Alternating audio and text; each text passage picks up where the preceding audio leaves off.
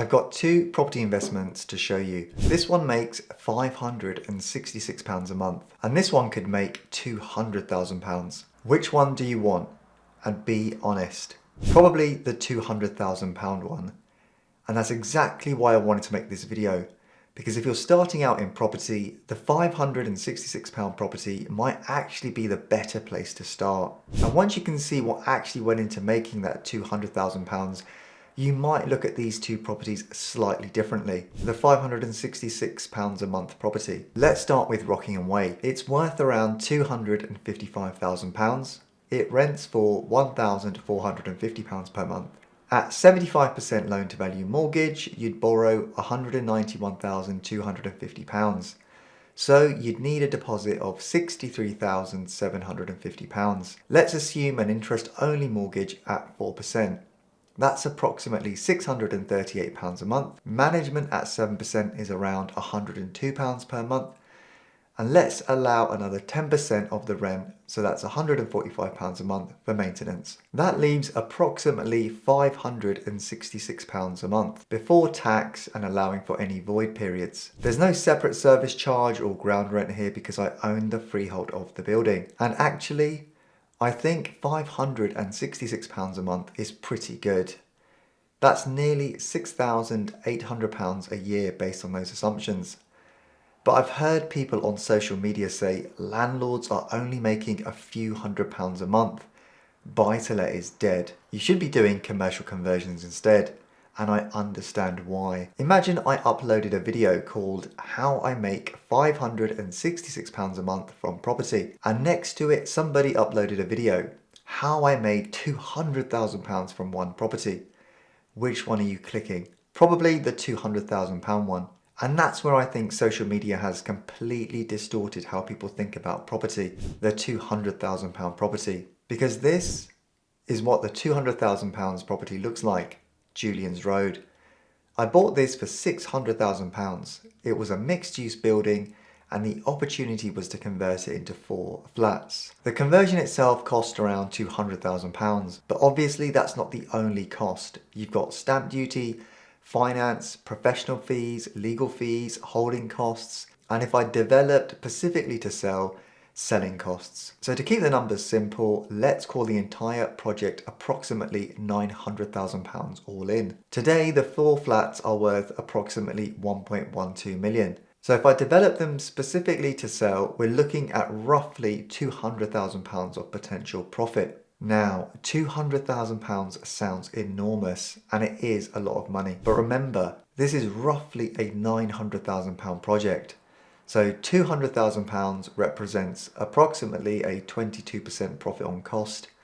Still a very good result. I'd happily do projects like this again. But that's very different from simply hearing someone on social media say, I made £200,000 from one property, because there's always another number they don't always tell you. How much money did you actually need? So far, we've been comparing the money coming out without looking at the money that had to go in. Let's break down Rockingham Way. At £255,000 with a 75% mortgage, £63,750 deposit. Add stamp duty, legals and the other costs of buying it, and you're somewhere around £80,000 to acquire the property. So for someone who saved enough to make their first investment, something like this could genuinely be within reach. But before you dismiss Rockingham Way as just another boring buy-to-let, there's something I haven't told you. I didn't buy this property as a 2-bedroom flat. When I bought it, it was a house that I converted into 2 flats. I spotted an opportunity to change the layout and turn it into a 2-bedroom flat. And when I refinanced that property, I was able to release a significant amount of the money I'd originally invested. So this wasn't buy, rent, hope. There was still a strategy.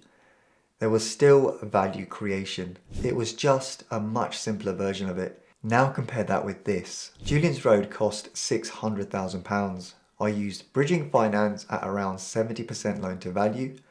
That means approximately £180,000 of equity towards the purchase alone. Then you've got stamp duty, legal fees, finance costs, valuation fees, And then you've got the development itself. The development facility funded 100% of the agreed works costs. But there's a catch. The money came through drawdowns. We had to spend the money first and then draw it back. With roughly £200,000 of work split across 4 drawdowns, you could need something like £50,000 available to fund the first tranche. So we're talking about £180,000 purchase equity, plus stamp duty and acquisition costs, plus approximately £50,000 of working capital before allowing for a sensible contingency. So these aren't remotely the same propositions. We've been asking the wrong question. The question shouldn't be, would you rather make £566 a month or £200,000? Obviously, everyone wants £200,000. The better question is, if you're working full time and you've never invested in property before, what's the most sensible place to start? Because the difference between these properties isn't just money. It's what you actually have to execute. What the £200,000 doesn't show you. Julian's Road wasn't just buy a property, put a tenant in, collect the rent. I was taking a mixed use building and creating 4 separate flats. There was planning, design, architects, builders, building regulations, finance, utilities, valuations, problems, delays, and decisions constantly needing to be made. And probably the thing most people underestimate the most, time. A lot of time. Now imagine trying to learn all of that from scratch whilst simultaneously working 5 days a week. Compare that with Rockingham Way. You're still going to learn mortgages, solicitors, agents, refurbishment, tenants, management, maintenance, and things will still go wrong. But you're learning those fundamentals without at the same time trying to manage a 4-flat development. And this is why comparing £566 with £200,000 doesn't really make sense. You're comparing the returns without comparing the risk required to generate them. In finance, we call that risk-adjusted return. But forget the terminology, the point is simple. The biggest potential profit isn't automatically the best investment for you. And this is probably the most important thing I want you to take away from these 2 properties. Don't confuse starting simple with thinking small. They're completely different things. I don't think your first property's job is to make you rich. Its job is to get you successfully to property number 2. And I actually think some beginners would become wealthier by lowering the complexity of their first investment. Notice what I said, not lower your ambition, but lower the complexity. If your ambition is eventually to convert commercial buildings into flats, great. But why does that have to be deal number 1? Nobody has 3 driving lessons and thinks, right, I'm ready for Formula 1. Yet somebody watches property videos for 6 months and suddenly thinks, a normal buy-to-let isn't ambitious enough, I need to do a commercial conversion. Why? I'm not saying just buy buy-to-lets, and I want to be really clear about that. I'm not saying buy simple buy-to-lets and never do anything complicated. That would be ridiculous coming from me when I've done projects like Julian's Road. My argument is sequence matters. Rockingham Way itself is a good example. It wasn't buy a 2-bed, do nothing, hope it goes up in value. It was spot the opportunity, reconfigure into a 2-bed, add value, refinance, recover some of the money invested, then take what you've learned and gradually increase the complexity. Learn to buy, learn to refurbish, learn to finance, learn to manage. Build your network, build your confidence, and build your capital. And then take on more complexity when you're actually equipped to deal with it. There's absolutely nothing wrong with eventually wanting to make £200,000 from a development, but you don't have to try and make it on property number 1. So where should I start? So let's go back to these 2 properties. If you told me I saved enough money for my first investment property, I work full time, I've never bought an investment property, and I want to start building a portfolio, I wouldn't be embarrassed about buying something that made £566 a month.